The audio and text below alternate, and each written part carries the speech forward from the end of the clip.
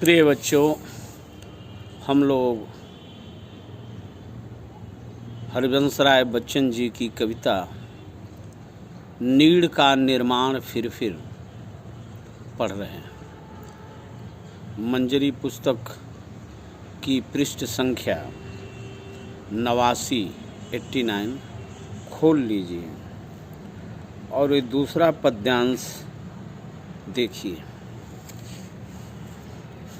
यह पढ़ाने के पहले एक ज़रूरी सूचना आपको देनी है कि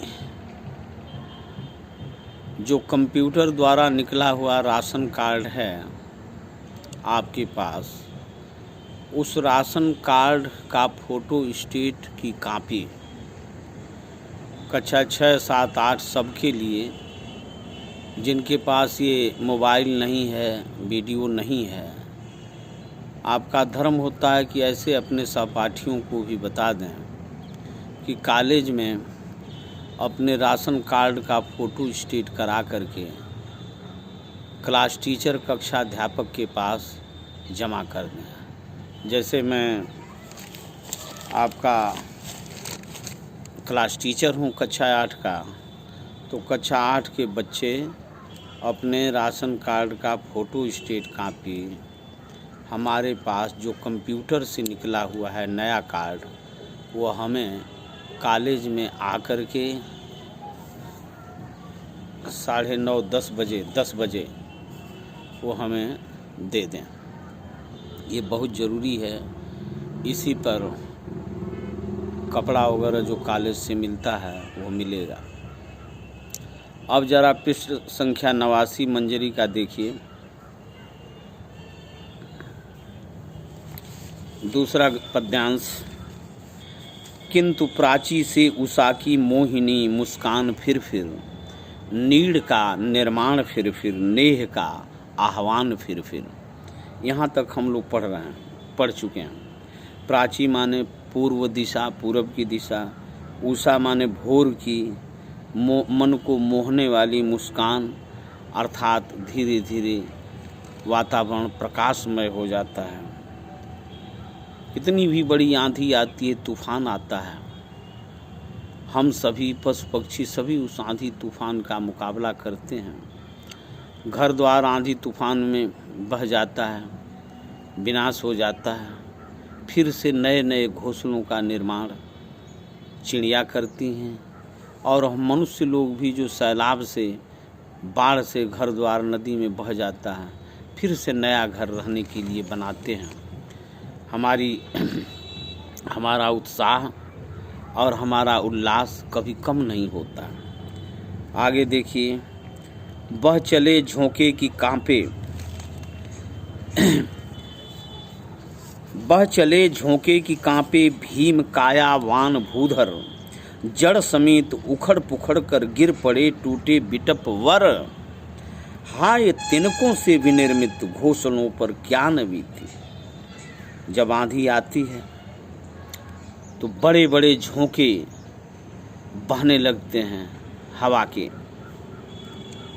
और सब कुछ कांपने लगता है। भीम भारी भारी कायावान शरीर वाला, भूधर माने पहाड़, कांपने लगते हैं। और जड़ समेत विटप वर, विटप माने वृक्ष, और माने श्रेष्ठ, यानी बड़े बड़े वृक्ष भी उखड़ पुखड़ जाते हैं, जड़ समेत उखड़ पुखड़ जाते हैं और गिर पड़ते हैं, टूट जाते हैं। हाय तिनकों से विनिर्मित घोंसलों पर क्या न बीती। और जिस चिड़िया ने पेड़ की डाल पर अपना घोंसला बना रखा था, उन तिनकों से, घास के छोटे छोटे सूखे टुकड़ों से, तिनकों से विनिर्मित माने बने हुए घोंसलों पर क्या न बीती, अर्थात सब बीती, यानी उजड़ गए, टूट गए, गिर गए नीचे की ओर। पृष्ठ संख्या 90 पर देखिए। डगमगाए जबकि कंकड़ ईंट पत्थर के महल पर, बोल आशा के विहंगम किस जगह पर तू छिपा था, जो गगन पर चढ़ उठाता, गर्व से निज वक्ष फिर नीड़ का निर्माण फिर नेह का आह्वान फिर। डगमगाए जबकि कंकड़, जब आंधी आती है, तूफान आता है, सुनामी आती है, भूकंप आता है, तो कंकड़ और ईंट पत्थरों से बना हुआ महल भी डगमगाने लगता है। भूकंप पर तो दरारें पड़ जाती हैं, बड़े बड़े मकान, किले, पहाड़ सब दरक जाते हैं, फट जाते हैं। तो महल पर, कंकड़ पत्थर के महल पर के भी डगमगाने लगे। तो बोल, कवि कहते हैं कि बोल आशा के विहंगम, हे आशा, विहंगम माने पक्षी, हे आशा की पक्षी, हे आशा की चिड़िया, बोल, बोलो तुम किस जगह पर छिपा हुआ था, जो गगन पर चढ़ उठाता, गर्व से निज वक्ष फिर। किस जगह पर छिपा था जब आंधी आई थी, तूफान आया था? क्योंकि आंधी बीतते ही आकाश पर चढ़ जाते हो और गर्व से, अभिमान से निज वक्ष, अपनी छाती फिर बार बार उठाते हो, गर्व से उठाते हो, हार नहीं मानते किसी भी परिस्थिति में। हे पक्षी, हे विहंगम आशा रूपी पक्षी, तुम कभी निराश नहीं होते, हार नहीं मानते और फिर नए घोंसले का निर्माण करने के लिए और फिर स्नेह का, प्रेम का को बुलाने के लिए बार बार अपने घोंसलों का निर्माण करते हैं।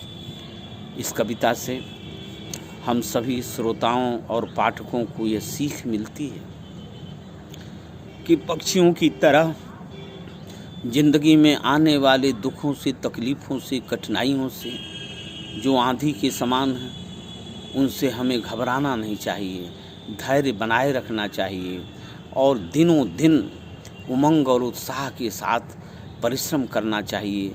किसी भी परिस्थिति में आशा का दामन नहीं छोड़ना चाहिए, अपने मन को निराश नहीं करना चाहिए और मेहनत करते करते एक दिन हम लक्ष्य को प्राप्त कर लेते हैं। कल इसका शब्दार्थ आप होमवर्क की कॉपी पर लिख डालिए और शेष प्रश्नों पर कल हम लोग बातचीत करेंगे।